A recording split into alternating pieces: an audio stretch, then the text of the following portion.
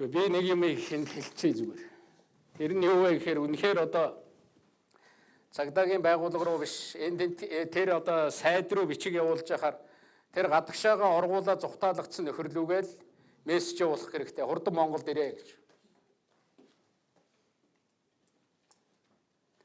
Бат Эрдэнэ гээд нэг этгээд байгаа.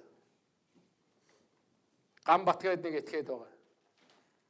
Тэднэрийг л аваад ирэл дээ. Үнэхээр тэднэр нь тийм одоо хүн чанартай тийм мундгийн бол тэгэл энд одоо ийм хүн баривчлаад байна болохгүй байна. Нэмэгтэй хүн нэг ингэж байна гэл ирээл өмөөрөөл тэгэл асуудлаа ярил л та. Гадаад паспорт авсан хүний ард ч юм уу хөхүүл эмэгтэй ард нуугдад зүхтаад авах хэрэггүй. Би ерөөсөө ганц л юм хэлж байгаа шүү дээ.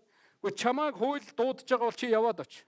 Чи өөрөө юм дархан эрэхтэй их хурлын гишүүн гэдэг чи одоо шууд баривчилж болдгоо, гэртэн нэгжлэг хийж болдгоо, офисыг үзэж болдгоо. Тийм учраас чи дархан эрэхээсээ татгалз. Чи тэр хууль зүйн бичгээ буруу газар руу өгөөд байна. Их хурлын дарга зээнх бол танаа гэд. Намааг улсын их хурлын гишүүний бүрэн эрхтэй ажлаас чөлөөлж өгнө. Үүргээс чөлөөлж өгнө гээл нэг өргөдлөөг. Цагийн сайханд 94 онд би тэгээ чөлөөлөгдөж ирсэн. Одоо бодоход эн чинь баг хэдэн жилийн өмнө юм бэ? 22 жилийн өмнө. Би ингэж олон гишүүн чөлөөлөгдсөн байх гэж боддгийн. Тэгсэн надаас өөр ерөөсө гардаггүй. Би тийм л байр суурьтай.